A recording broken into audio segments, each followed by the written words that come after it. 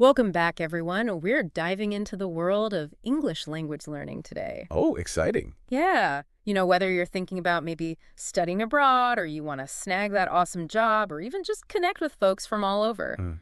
This deep dive is going to give you some seriously powerful tools, all based on the research you sent us. It's amazing how many things we kind of get in our own way, before we even start Oh, learning. totally. You're talking about those misconceptions. Yeah, exactly. Like a big one is thinking you got to memorize like a zillion words to be fluent. Right. But being fluent isn't about just knowing a ton of words. It's more about getting your ideas across, Mm, you know, like how you feel and what you've been through. yeah. Think about those like awesome speakers you've heard. Yeah. They don't always use super complicated words, but you really get what they're saying, right? That's so true. I remember feeling so intimidated by those giant vocabulary lists, Yeah. I tried memorizing tons of words once and it just felt like way too much. So it's kind of refreshing to hear. It's more about like actually communicating. And another myth I'm always like busting is this obsession with perfect grammar. Oh, grammar. Of course, grammar is important for structure and all that, Right. but spending all your time on every single rule can make you scared to actually speak. Right. I mean, even native speakers make mistakes. That's true. Yeah. The main thing is to get your point across, even if it's not like perfectly grammatically correct. Okay. That makes me feel a little better, to be honest. Yeah. I always felt like I had to have perfect grammar before I could even like open my mouth. But I guess there's a balance, right? Grammar is still important for understanding each other. Absolutely. Hmm. It's about like finding that sweet spot. Think of grammar as the framework, the base. Mm-hmm. You need it, but don't let it stop you from talking. Okay, this is making me rethink how I approach things. Good. And then there's that myth that the only way to become fluent is by taking expensive classes. Oh yeah, that one. Learning on your own can be super effective, especially if you've got the right stuff and you put in the time. Right. Think about all the things you can find online now. Yeah. Apps, podcasts, videos, articles. It's like a treasure trove of language learning tools just waiting for you. Wow, that's empowering. It means like you're in control of how you learn. So if we forget about those myths, what are the real secrets to becoming fluent? Well, from what you shared with me, there are 6 really great tips, Oh, and they're all backed by research and real-life success stories. okay, this is where it gets interesting. Tell me everything. Secret number 1. So the first secret is all about making English a part of your world. Okay. Like imagine you're stepping into a place where everyone's speaking English all the time. I love that. But how can we actually do that without like traveling? Start small. What's something you use constantly? Oh, my phone. Exactly. Switch your phone's language to English. It's such a simple change, Right. but you'll be seeing English everywhere. Right. And what about your entertainment, like movies, TV shows, YouTube? Yeah. Switch those to English too. You can use subtitles at first, but as you get better, challenge yourself to turn them off. That's a great way to learn without even realizing it. Like you're absorbing the language while you're enjoying yourself. Exactly. What about secret number 2? This one might surprise you. Learn like a kid. Okay. Think about how easily little kids pick up languages. They don't start with, grammar books or anything like that. They just listen, repeat, and copy. But I mean, adults learn differently, right? Our brains aren't as like flexible as they used to be. Well, yeah, that's true. But we can still learn some things from how kids learn. Mm. The big takeaway is to not be scared of making mistakes. Don't let that stop you. The more you speak, even if it's not perfect, the better you'll get. So it's more about being playful and experimenting. Don't worry about sounding silly, just talk. Exactly. What's the next secret? Secret number 3 is being consistent. It might not sound super exciting, but it's super important. Short, regular practice sessions are way better than those long, crazy study sessions every once in a while. Right. I mean, you wouldn't try to run a marathon after just one workout, right? Okay, I get the analogy. It's about building up your language muscles little by little every day. But, I mean, everyone's so busy. How do we find time for that? It's all about making English a part of your everyday life. Read a news article online, listen to a podcast while you're commuting, or even just write down some thoughts in English before bed. Make it a habit, not a chore. Those are great tips. I'm already feeling inspired to change up my study routine. Good. What's our next secret weapon? This one's for all the tech lovers out there. Okay. Secret number 4 is using technology to boost your learning. Oh, I love exploring new apps and stuff. What are some of your favorites? Duolingo is awesome for learning new words and basic grammar. It makes learning feel like a game. I've heard of that one. Yeah, and then there's Hello Talk, which connects you with native speakers so you can practice talking and writing. Oh, You wow. can even get feedback on your pronunciation. That's amazing. I'm definitely checking that out. Yeah, it's great for real-life practice, What about like fixing grammar mistakes? Are there any tools for that? for sure. Grammarly is a total game changer. It's like having your own personal editor. Wow. It catches those little mistakes, suggests better ways to say things, and even tells you why it's suggesting those changes. That's incredible. Okay, we've got 4 secrets down, 2 more to go. Yeah. What's next on the list? Secret number 5 is all about learning phrases, not just individual words. Okay. Native speakers don't just use words one by one. They use phrases that sound natural together. Can you give me an example? Sure. Let's say you want to tell someone you love their cooking. Okay. Instead of just saying delicious, Mhm. you could say, this food is absolutely incredible. Oh, wow. You're right. That sounds way better. It just sounds more natural and shows you really understand the language. So it's about understanding those little things that make the language sound right. Yeah. Okay, 5 secrets down. What's the last one? This one's probably the most important. Yeah. Patience and consistency. Learning a language takes time and dedication. Mm. There will be times when you feel like you're not getting anywhere or you get frustrated, but remember, everyone goes through that. That's so true. It's easy to get discouraged when you don't see results right away. Exactly. But remember, every little step counts. Every new word, every conversation you understand, it's all progress. So it's more about focusing on those small wins along the way. Exactly. Celebrate those victories, no matter how small they seem. Do you have any examples of people who've actually made it? Those stories that prove it's really possible? Oh, absolutely. There are tons of stories about people who started knowing almost no English and achieved amazing things. Oh, cool. Give me an example. I love hearing those stories. Well, there's this inspiring story about a woman named Sarah who went from knowing zero English to working for an international company in just 3 years. Wow. Yeah. 3 years. That's incredible. What was her secret? She started with small things, like watching English cartoons with subtitles, Okay. slowly building up her vocabulary and understanding. Then she joined online communities and started practicing with native speakers. So she really focused on making it fun and immersing herself in the language. Exactly. But what about actually speaking? How did she get over that fear of talking? She found a language partner, and they'd have regular chats about, like, everyday topics. They started simple and gradually made things more complex as she improved it. So she really followed those early secrets like immersion, consistent practice, and not being afraid to make mistakes. Mm-hmm. But what do you think was the most important thing that helped her succeed? Talent, discipline, something else entirely? I think it was her belief in herself. She never gave up, even when it was tough. And of course, she practiced consistently. That's amazing. It really shows that anyone can become fluent if they approach it the right way and have the right mindset. But let's get practical here. What are some things our listeners can try right now to get started? Well, there are 3 easy but effective exercises you can try right away. Okay, hit me with number 1. What can our listeners do today to improve their English? The first one is all about self-awareness. Okay. Pick a simple topic, something like my daily routine, and record yourself talking about it in English for a few minutes. Then listen back to the recording. Okay, interesting. What should we be listening for?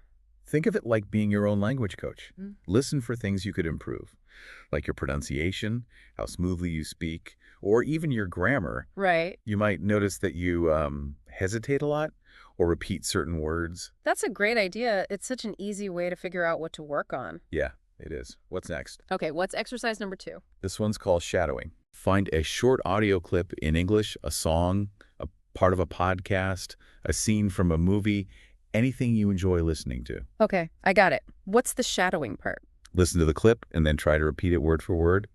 Copy the speaker's tone, pronunciation, and rhythm as closely as you can. Okay. It might feel a bit awkward at first, but it's seriously effective for becoming more fluent and improving your pronunciation. So it's about absorbing those subtle things that make English sound natural. Exactly. That's cool. What's our last exercise for today? This one's all about setting yourself up for success. Okay. I want you to set a specific goal for this week, Okay. something that's achievable and that motivates you. Give us some examples. What kind of goals? Sure. You could try to learn 10 new phrases, have a quick conversation with a language partner, read a short article in English, or even watch a 15-minute video without subtitles. Right.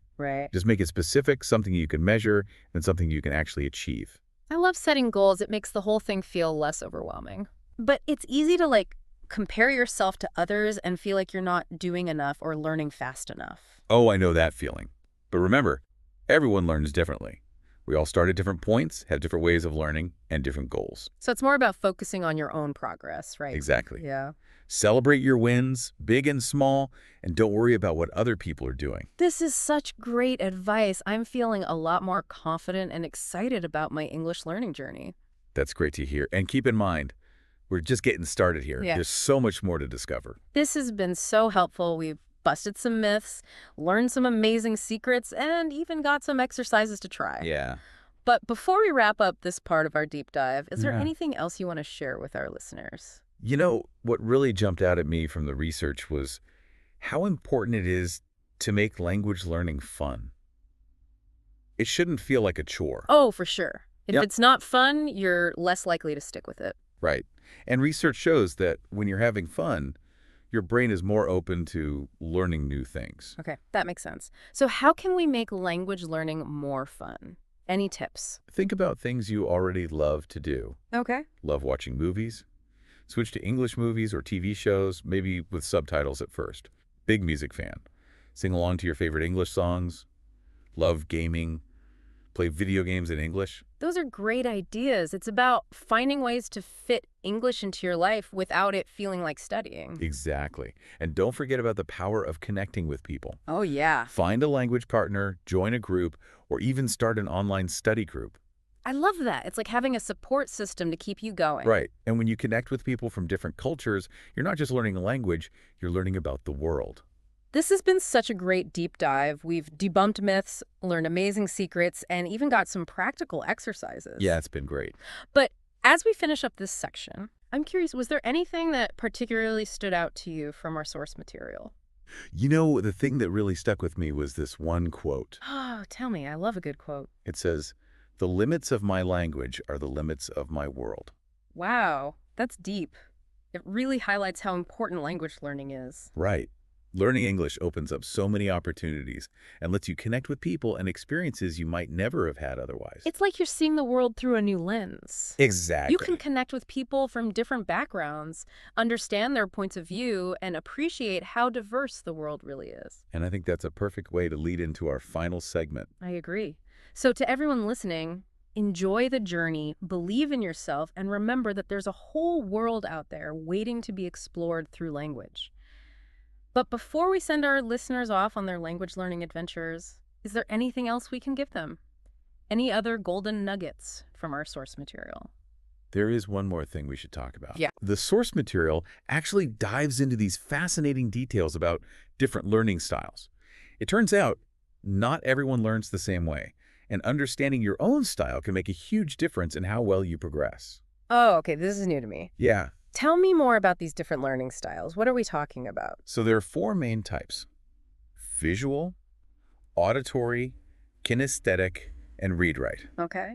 Visual learners learn best by seeing things like diagrams, charts, and videos. Mm-hmm. Auditory learners learn best by listening lectures, podcasts, conversations, that kind of thing. Okay. Kinesthetic learners learn best through hands-on activities and movement. Interesting. And read-write learners prefer, well, reading and writing. Okay, so are you saying that we should, change how we study based on our learning style? Exactly. Knowing your learning style can really help you improve faster. Okay, but how do So- we even know what our learning style is? Think about the activities you naturally prefer when you're learning. Okay. Do you like watching documentaries or listening to audiobooks? Do you learn best by doing things or by reading?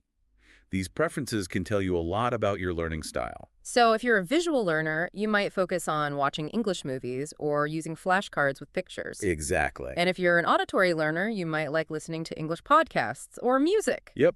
And if you're a kinesthetic learner, you might try role-playing or going to language exchange events. That makes so much sense. It's about using your strengths to make learning more effective. Exactly. And the source material actually has a little quiz to help you figure out your learning style. Oh, cool. So it takes the guesswork out of it. Yeah, exactly. So once you know your learning style, how can you actually use it in your daily routine? Yeah. Any specific examples? Sure. Let's say you're a visual learner and you're struggling with vocabulary. Instead of just writing down new words, try making flashcards with pictures. or using mind maps to connect related words. Okay. Or if you're an auditory learner who wants to work on pronunciation, you could try listening to and repeating after native speakers. Or even to record yourself speaking and then analyze what you hear. Those are great tips. I love how personalized this approach is. It's like creating a learning experience that's perfect for you. Exactly. But what if someone doesn't fit perfectly into one category? Oh, good point. What if they have like multiple strong learning styles? That's actually really common. Hmm. A lot of people have a mix of learning styles. The key is to try different things and see what works best for you. Okay. Don't be afraid to combine approaches and create a learning plan that fits your needs and your preferences. That makes a lot of sense. It's about being flexible and adapting. Exactly. But let's be honest, learning a language, even with these personalized strategies, can still be tough sometimes. How do we stay motivated when we hit those inevitable bumps in the road? That's so true. It's important to remember that learning a language is a marathon, not a sprint. Hmm. There will be times when you feel frustrated, like you're stuck, or even discouraged. I've totally been there. There have been times when I just wanted to give up. It can feel really defeating when you feel like you're not getting anywhere. It happens to everyone. The most important thing is to not give up on yourself. Remember why you started this journey. Imagine yourself achieving your goals, speaking fluently, connecting with people from different cultures, landing that dream job. It's about keeping that end goal in mind and remembering why we're putting in the effort. Exactly. But what about those days when you just don't feel like studying? How do you get yourself going? One thing that helps is to break your goals down into smaller steps. Okay. Instead of thinking about mastering English, which sounds huge, Right. focus on things like learning 10 new phrases this week or having a 5-minute conversation with a language partner. Okay. Yeah. Those small achievements help you build momentum and make the whole thing less scary. That's a great tip. Small wins can really make a difference. But how about staying consistent? How do you make language learning a habit, like something you do automatically? One really good strategy is to schedule time for it in your daily or weekly routine. Okay. Treat it like an important appointment that you wouldn't miss. So it's about making language learning a priority. Exactly. But what about when life gets crazy and you're super busy and just don't have the energy to study? That's where being flexible comes in. Find ways to squeeze language learning into your day, even if you only have 5 minutes. Right. You could listen to a quick podcast, review some flashcards, or even just read a news article in English. That's a great reminder. It's about making the most of those little pockets of time. But how do you stay motivated over the long term? One of the best things you can do is find a community of language learners, Oh, okay. either online or in person. Right. Connecting with others who are learning too can give you support, encouragement, and keep you accountable. It's like having a cheer squad rooting for you along the way. Exactly. But what about celebrating your progress? How do we acknowledge how far we've come and give ourselves credit? That's such an important point. It's easy to get so focused on the next goal that you forget to appreciate how much you've already learned. Take time to reflect on your progress, whether it's understanding a new grammar rule, having a conversation with a native speaker, or even just understanding your favorite English song. Those are awesome tips for staying motivated and celebrating our achievements. But before we move on to the last part of our deep dive, is there anything else from the source material that really stood out to you? Anything that surprised you or made you rethink things? You know, one thing that really hit home for me was how important emotions are in language learning. It's not just about the knowledge and skills, it's also about embracing a new culture, connecting with people on a deeper level, and expanding your understanding of the world. That's so true. Language learning is way more than just memorizing words and grammar rules. It's about opening yourself up to new experiences, new perspectives, and new ways of being. But how do we actually cultivate that emotional connection? Any strategies? One great way is to really dive into the culture that's connected to the language you're learning. Watch English movies, listen to English music, read English books. You could even try cooking English recipes. I love those ideas. It's about experiencing the language with all your senses to create a deeper, more meaningful connection. Exactly. And don't underestimate the power of travel. If you can, visit an English-speaking country, immerse yourself in the culture, and practice your language skills in real-life situations. Those are fantastic tips. But before we move on to our final section, is there anything else you'd like to leave our listeners with? Any final words of wisdom from our source material? Yes, actually, there's one last point that I think is crucial for success in language learning. It's the idea of embracing imperfection. Oh, okay. The research really stresses that one of the biggest things that holds people back from becoming fluent is being afraid to make mistakes. That makes total sense. I remember being so scared to speak French in class because I was worried about messing up the grammar or pronunciation. It really stopped me from even trying. It's a super common fear. But it's important to remember that making mistakes is a normal part of learning. Actually, there are opportunities to get better. Oh, okay. Every time you mess up, you're actually learning something new about the language. So it's about changing how we think about mistakes, seeing them as a way to learn, not as failures. But how do we actually do that? How do we get over that fear and embrace the fact that we're not going to be perfect? One thing you can do is change how you think about fluency. Instead of trying to be perfect, aim for progress. Focus on getting your message across, even if it's not grammatically perfect. That's a great point. It's more important to communicate than to sound like a textbook. But how do we create a learning environment where it feels safe to make mistakes? Surround yourself with people who support you and encourage you to practice. Find a language partner who's patient and understanding. Join a language exchange group where everyone's learning. Or even connect with online communities where people are sharing their language learning journeys. Those are all great ideas. It's about finding a place where you can relax, let go of your worries, and just focus on expressing yourself. But what about those times when you start doubting yourself? You know, that inner voice that says you're not good enough or you'll never be fluent. One really helpful technique is to practice self-compassion. Treat yourself with the same kindness and understanding you'd give a friend who's learning something new. Recognize your efforts, celebrate how far you've come, and remind yourself that everyone makes mistakes along the way. That's such great advice. It's about being nice to ourselves and remembering that learning a language is a journey, not a race to the finish line. But before we wrap up this deep dive, is there any final thought, any last bit of wisdom you'd like to leave our listeners with? Through all our talking today, what's really stood out to me is how much potential each of us has to learn and grow. The ability to learn a new language is an amazing gift. It opens up doors to new experiences, new connections, and new ways of understanding the world. I completely agree. It's like unlocking a hidden superpower within yourself. But what's the first step? What can our listeners do right now to start this incredible journey? Start small. Set a realistic goal, even if it's as simple as learning 5 new words this week, listening to a short English podcast, or watching your favorite movie with subtitles. And remember, consistency is what matters. Make language learning a part of your daily routine, even if it's just for a few minutes each day. Those are fantastic tips. It's all about taking that first step, no matter how small, and building from there. But as we wrap up this episode, I'm curious, what's the biggest challenge you face while learning English? What a great question. Yeah. It makes you think about your own personal hurdles, right? Yeah. And it helps us connect with other learners who might be going through the same things. Exactly. We want to hear your thoughts, your struggles, your successes. Share them with us in the comments. Let's build a community where we can support and encourage each other as we learn together. That's a great idea. Yeah.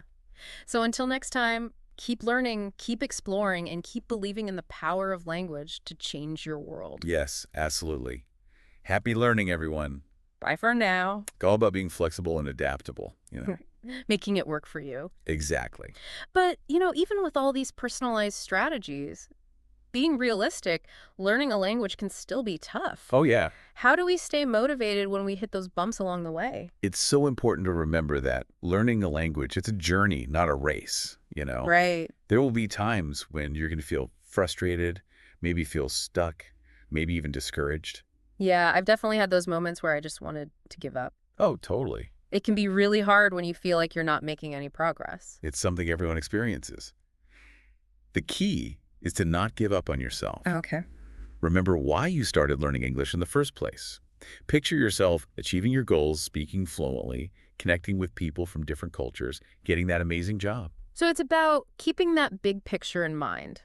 And remembering why we're putting in all this effort. Exactly. But what about those days when you just don't have the energy to study? Oh, yeah. How do we push through those moments? Well, one thing that can help is to break your goals down into smaller, more manageable pieces. Okay. So instead of thinking about, conquering the entire English language. Right, it sounds huge. Yeah, which can be overwhelming. Focus on something smaller, like learning 10 new phrases this week or having a 5-minute conversation with a language partner. Okay, like that. Those small victories can really boost your motivation and make the whole process less intimidating. That's a fantastic tip. Small wins can really make a big difference. Yeah. But what about staying consistent? How do we make language learning a regular habit, something we just do automatically? One of the best things you can do is actually schedule dedicated time for it, either every day or every week. Like actually put it on your calendar. Well, Treat it like an important appointment that you can't miss. So it's about making language learning a priority, not just something we squeeze in if we have time. exactly. Make it a non-negotiable part of your routine. But what about those times when life gets in the way and our schedules get crazy and we just don't have the energy to study? Well, that's where being flexible comes in. You got to find those little pockets of time throughout your day to fit in some learning. Right. Even if you only have 5 minutes, you can listen to a short podcast, look over some flashcards, or even just read a news article in English. That's a great reminder. It's about making the most of every opportunity, even those short bursts of time. Exactly. But how do we stay motivated over the long haul? How do we keep that initial excitement going over time? One of the most effective ways to stay motivated is to find a community of language learners, Oh, okay. either online or in person. Right. Connecting with other people who are going through the same journey as you, it can provide a lot of support, encouragement, and even keep you accountable. It's like having your own personal cheer squad. Right. Exactly. They're there to celebrate your wins with you and help you push through the tough parts. I love that. It's about sharing the experience and supporting each other. But what about celebrating our progress? How do we acknowledge how far we've come and give ourselves credit for all the hard work? Oh, that's so important. It's easy to get caught up in reaching the next goal and forget to appreciate all the progress you've already made. Take some time to really think about how far you've come, whether it's mastering a tricky grammar rule, being able to chat with a native speaker, or even just understanding your favorite English song. Those are all great reminders. But as we wrap up, one last question. What would you say is the biggest challenge you face when learning English? That's a tough one. I think for me, it's, It's okay if you don't have a perfect answer, just something to think about. yeah, you're right. I think it's different for everyone. Absolutely. It's a personal journey. It is. And we'd love to hear from you, our listeners. What are your biggest challenges in learning English? Share your thoughts, your struggles, your successes. Let us know in the comments. We'd love to create a space where we can all support and inspire each other on this language learning adventure. That's a fantastic idea. So until next time, keep learning, keep exploring, and keep believing in the power of language to change your world. Absolutely. Happy learning, everyone. Bye for now.